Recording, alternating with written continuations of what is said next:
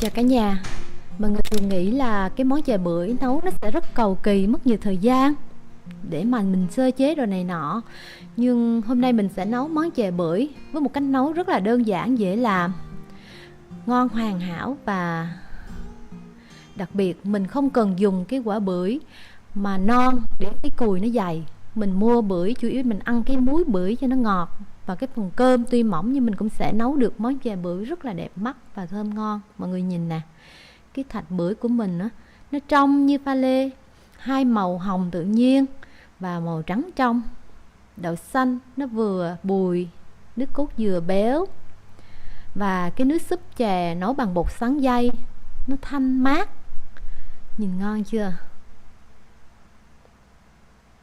Đặc biệt cách nấu của mình để riêng thạch bưởi làm cho cái món thạch khi mà bảo quản trong tủ lạnh nó giòn giòn sực sực, ăn rất là ngon luôn.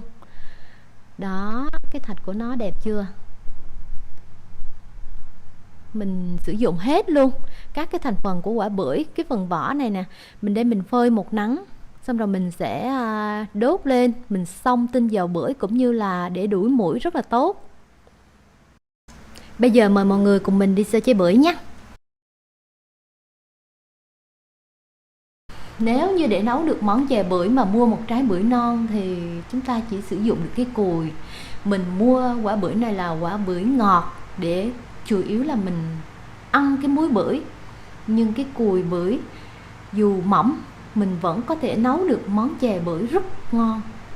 Và sau khi gọt xong cái phần vỏ và cái phần sát vỏ màu xanh, mình có cái phần cùi nó màu trắng.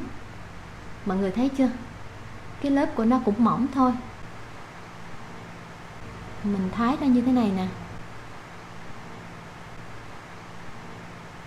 Đây là một cái quả bưởi mà nó có cùi màu hồng. Cái cùi màu hồng này khi mình nấu chè nó ra cái màu tự nhiên rất là đẹp luôn. Mà cái cùi này vô tình là mình ăn cách đây 2-3 bữa rồi, để nó cũng hơi bị héo. Nhưng mọi người thấy không, tuy nó không có hoàn hảo nhưng mình chút nữa mình sẽ làm ra món chè bưởi rất là ngon luôn. Rồi mình thái hạt lựu tất cả nhé.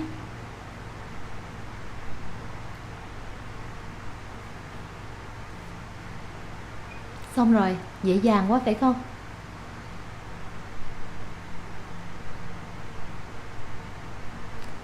Đó là phần cùi bưởi trắng. Một quả là bưởi năm roi và một quả là bưởi da xanh. Mình mua ở siêu thị đó. Phần vỏ mình nhặt mình đem phơi. Rồi phần cùi thì mình sẽ đi ngâm. Mình đảo đều xong rồi mình sẽ ngâm nó trong nửa tiếng, 30 phút. Mình vắt nửa quả chanh. Mình lấy nước cốt. Rồi mình đổ cái nước cốt lên trên cái phần cùi bưởi đó. Xong rồi mình đổ vào một muỗng đường để cho nó giòn đó. Và mình đổ nước lên ngập. Xong rồi mình cho mấy cục đá lên cho nó lạnh. Bởi vì cái cùi bưởi màu hồng á, nó bị héo, nên mình cho đá vào mình ngâm cho nó tỉnh lại. Rồi trong khi đó thì mình sẽ đi lấy đậu xanh mình hấp nè. Đậu xanh này mình không cần ngâm, mình vo sạch mình bỏ vô, mình hấp cách thủy 20 phút. Mọi người cũng có thể hấp trong nồi cơm điện như những cái video trước mình đã làm trong cái chè bắp hay là xôi bắp vân vân. Nè, đậu nó bùi rồi nè. Mình hấp vừa thôi nha mọi người, từ 15 đến 20 phút thôi. Mình phải canh đó. Rồi cái phần cùi bưởi nè, mình ngâm được nửa tiếng rồi nè. Mình lấy cái phần cùi bưởi này mình rửa dưới vòi nước. Và mình vừa rửa vừa bóp. Mình cứ làm như vậy trong vòng 5 phút. Mình làm bóp thiệt là kỹ nha. Bóp nói chung là bóp giống như là vắt kiệt nó vậy đó. Rồi xong rồi mình đổ nước sôi vào trong một cái nồi. Sau khi mình rửa rồi mình đổ cái cùi bưởi nó vào mình luộc. Bây giờ nửa quả chanh hồi nãy đó còn lại đó mình sẽ đổ vào để mình luộc cho nó bớt đắng. Mình sẽ luộc như thế này khoảng 15 phút. Khi mà cái phần cùi bưởi nó nổi lên và nó trong veo như thế này, mình sẽ không sợ nó rụt đâu. Lát nữa khi mà mình làm thì nó sẽ lại giòn trở lại. Sau khi mình luộc rồi thì mình đổ ra, rồi mình lại rửa sạch, mình bóp y như lúc ban đầu.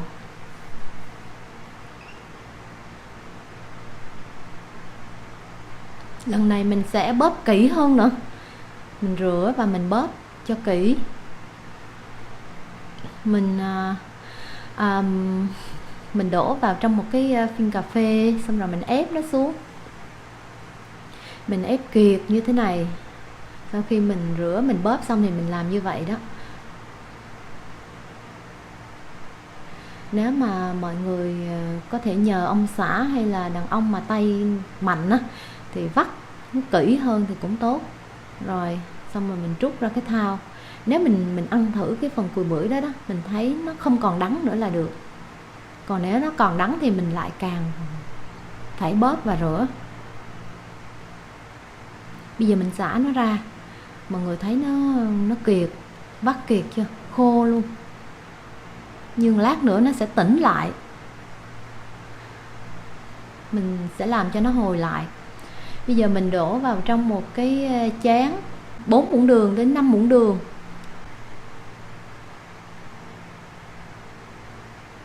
Sau đó mình sẽ đổ vào hơn nửa chén nước, rồi mình khuấy đều.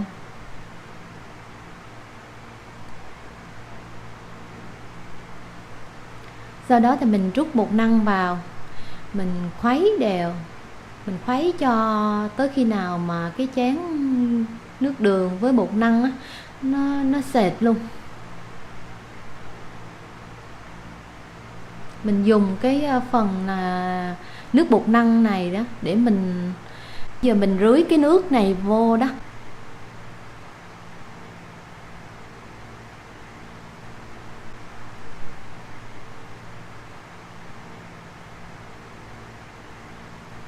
Quậy đều để cho nó thẩm thấu, nó ngấm vào trong cái phần cùi bưởi.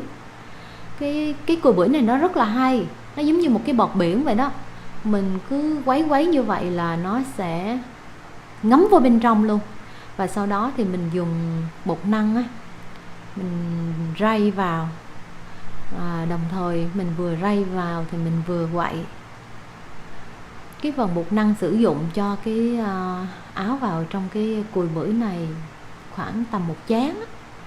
Mình cứ khuấy như vậy đó, nó thẩm thấu vô sâu bên trong cái cùi bưởi luôn.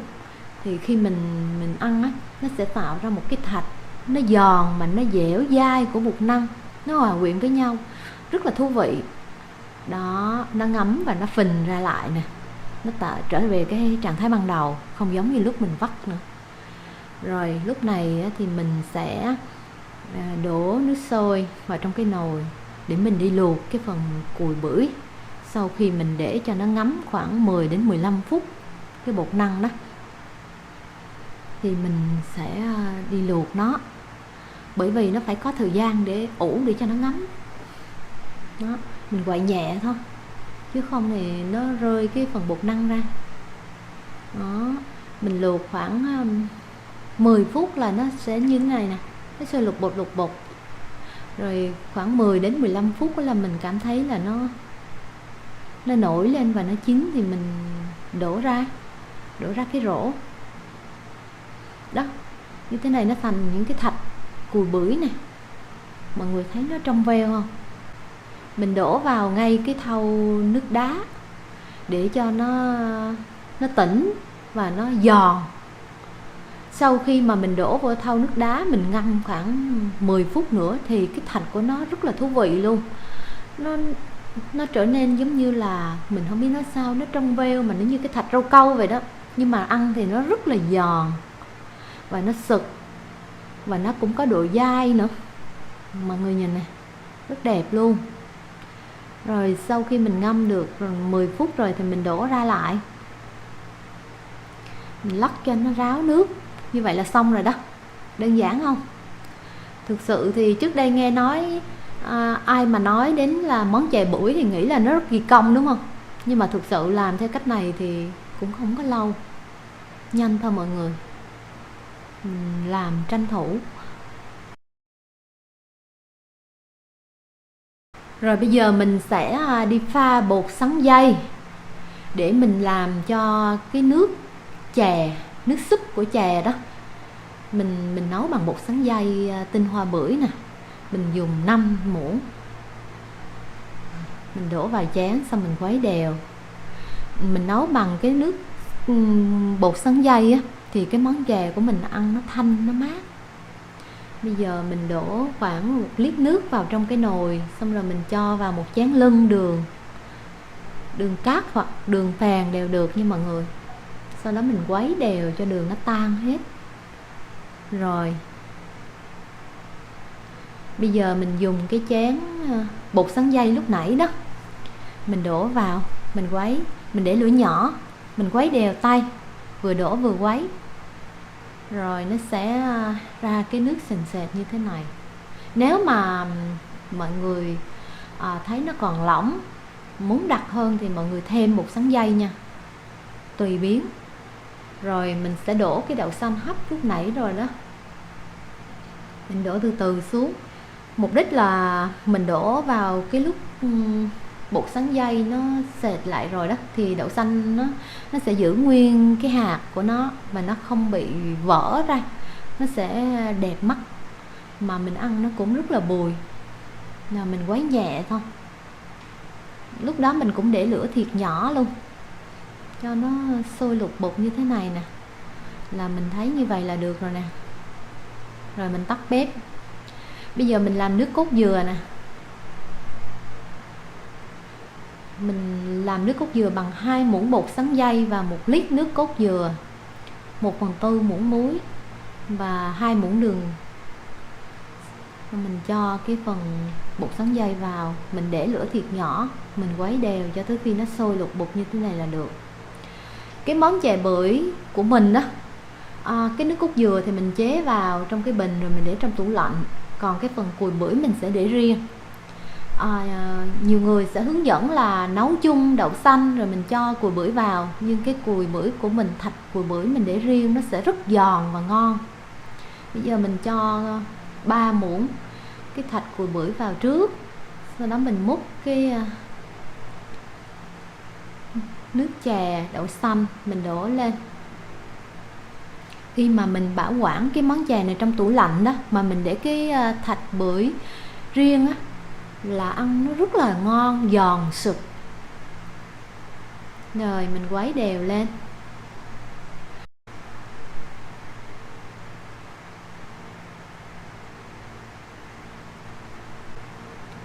Rồi mình đổ nước cốt dừa lên.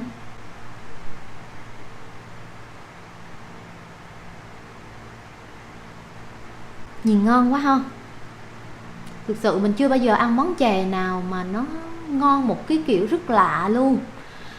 Thanh ngon mà các con của mình nó cũng rất thích nữa. Nè, nhìn cái thạch của nó lạ lắm luôn á. Cái mùi của nó rất là thơm, mà ăn nó giòn, nó sực. Ẩm thực của Việt Nam mình rất là đa dạng và rất là ngon, phải không mọi người? Mọi người nhìn nè. Trời ơi, nó ngon quá.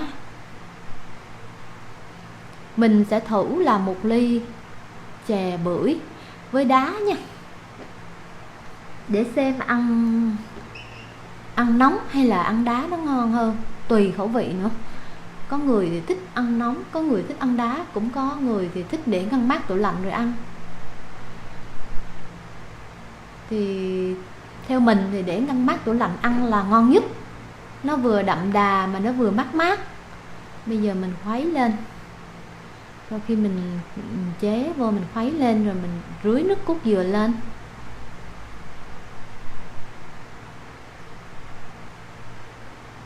Đẹp chưa?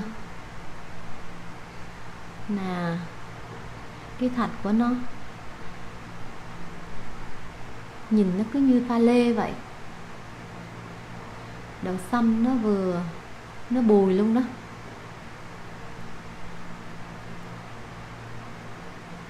Mọi người nếu mà thích ăn ngọt thì có thể bỏ cái lượng đường nó nhiều hơn nha. Và bây giờ mình đi xông tinh dầu từ cái vỏ bưởi nè. Đó, cái vỏ bưởi mình phơi xong đó, mình bỏ vô một cái cục cồn vô trong cái niêu, xong mình xếp nó lên để mình xông. Cái vỏ bưởi này á, khi mà mình xông á, mình cũng đuổi muỗi rất là tốt luôn. Cái chỗ nào mà có muỗi nhiều á, mình xin xông cái này nè là muỗi nó sẽ đi hết, mà nó cũng rất là thơm nữa. Bây giờ mình ngồi mình ăn cái chén chè bưởi mát, xong rồi ngọt ngon, rồi mình vừa hít cái tinh dầu bưởi nữa, cảm giác rất là thú vị luôn mọi người.